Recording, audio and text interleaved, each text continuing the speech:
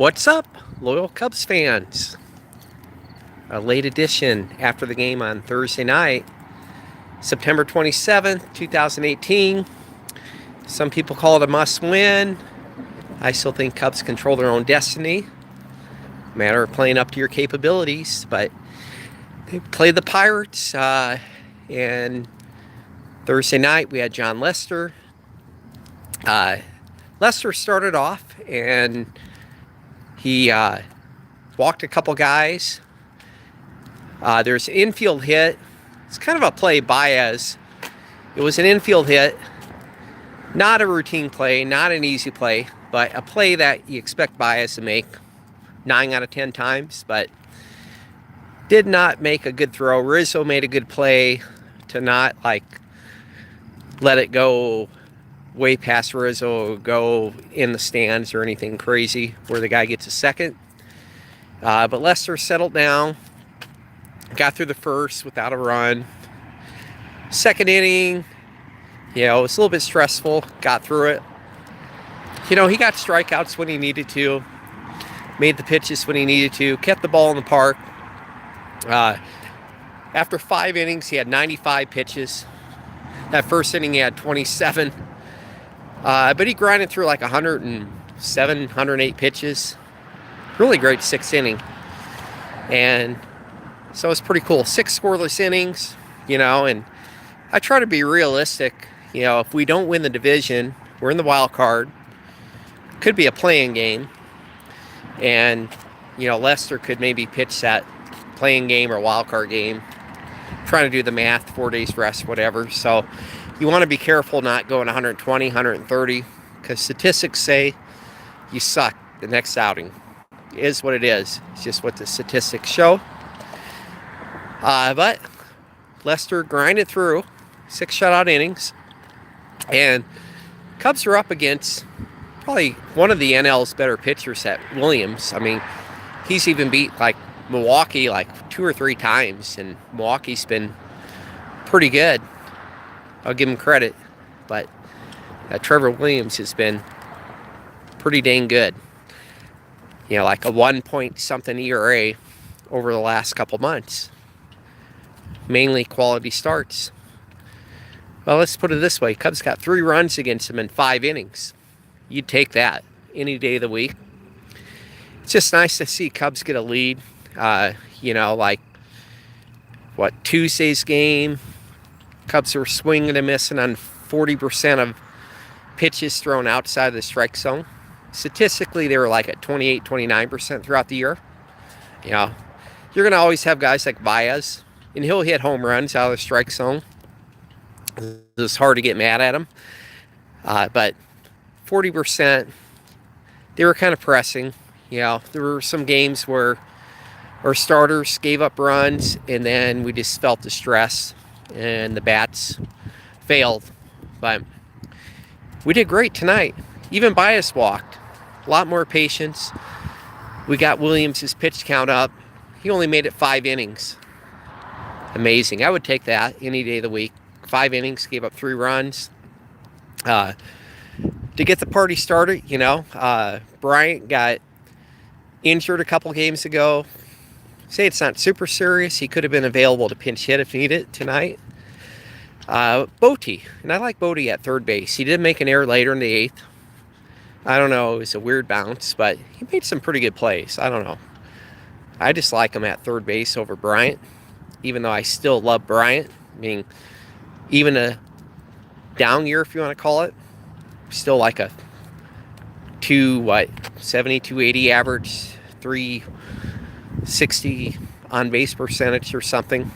It's better than, way more than half the guys in the league, 3/4 of the guy in the league. I like to see him get back to all-star form and hit home runs again. Only 12 home runs. I know he missed a lot of time, but come on, Bryant. You can get more RBIs. But Bote, his average went down to reality for a minor league call-up, but he hit a triple that was beautiful right down the third base line. Got us a 2-0 lead. And granted, it was set up by Murphy and Zobrist getting on base. which they're great professional batters. But man, Bodie, when you win 3-0, you really appreciate those 2 runs, and especially the way these games have been starting. It's nice to get the lead right away. It helped Lester settle down. It was pretty cool.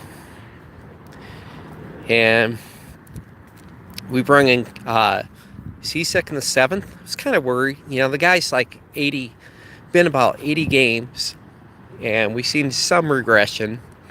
But man, he was hitting the strike zone, got a strikeout, got 1, 2, 3 inning, 11 pitches. Loved it. Guess they're going to keep riding him. So at this point, suck it up, I guess. 3 more games. 8th inning, thinking, what do? We bring in Edwards, who got things kind of dicey last time. We blew a 6-1 lead. It wasn't all Edwards' fault. Walked 2 guys. 1 walk was questionable, but my take is when you have pitches that are way out and then you hit the borderline, maybe it's human nature that the ump just assumes it's the ball. It's frustrating. He doesn't get the borderline calls and he gets frustrated, but you can't be way outside other pitches either. So Edwards comes in, leadoff walk. It's not what we wanted. And then, second batter, okay, hit to Bodie. Feel pretty good. I don't know if it's a double play or at least 1 out. Maybe it took a weird bounce. It was ruled an error on Bodie.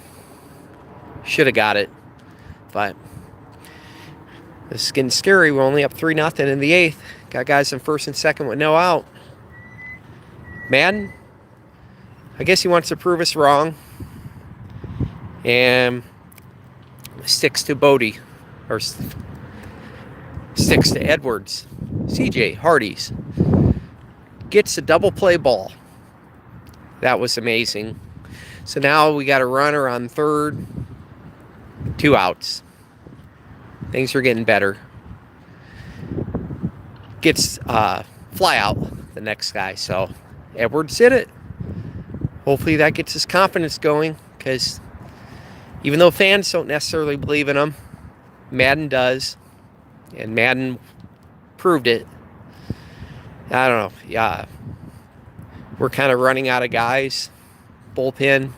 I still think bullpen overall is doing pretty good. Yesterday wasn't good with the high leverage guys. Tip your hat to the Pirates. But overall, we're doing good. It always helps when the starting pitcher goes 6-7 innings. And I'm hoping that's what Hendricks can do, or do more, 8 innings. Reset the bullpen for the last 2 games. But Edwards got through it. 9th inning, I was wondering if they could go with Justin Wilson. They went with Jesse Chavez, who pitched 2 innings yesterday and did great, scoreless innings. He gave up 1 hit, but he got through the 9th inning fairly quickly. Most important, Cubs win. After a disappointing start to the series, losing the first 2 games.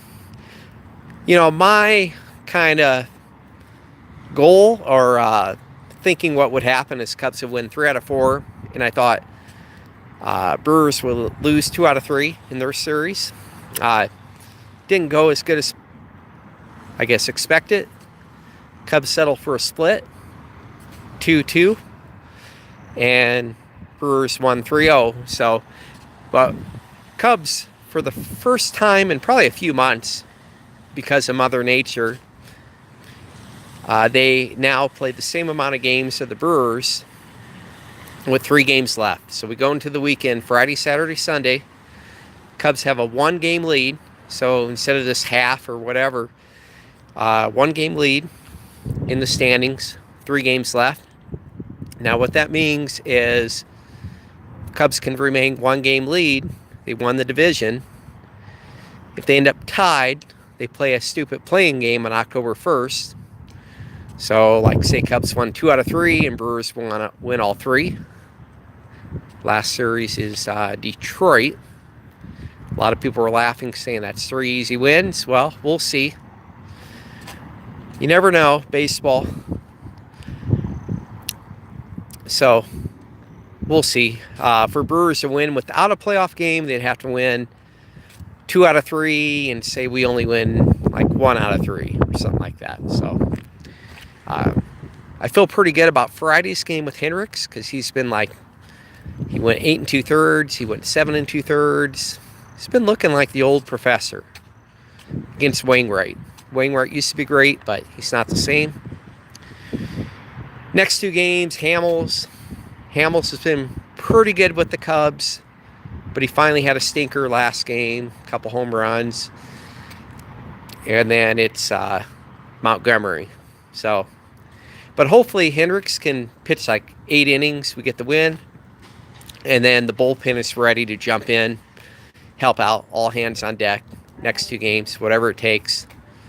It would really help if, say, like Cubs could win tomorrow and somehow Detroit beats the Brewers, and then we're up by 2 games with 2 games left, and then all it takes is for Cubs to just win 1 out of the next 2 on Saturday or Sunday, clinch the division. Also, it'd be interesting to note is Strop is trying to make a comeback.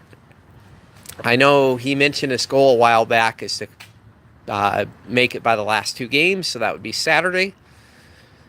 Maybe he can just come back Friday. I don't know, but maybe we'll find out more tomorrow about it. Another option with these 40-man roster, Cubs certainly could call up other relievers, but the problem is, do you trust guys? And then you have Underwood and Sang, mixed results if they can get it done. Plus they haven't pitched since like September 3rd or something. I don't know if they've been working out, but if you felt the bullpen was burned out, you could call up other guys from Iowa. But it might be kind of scary too. We'll see what happens. Cubs have 1 full game left. Going into the weekend, 3 games left. Exciting times. Go Cubs, go.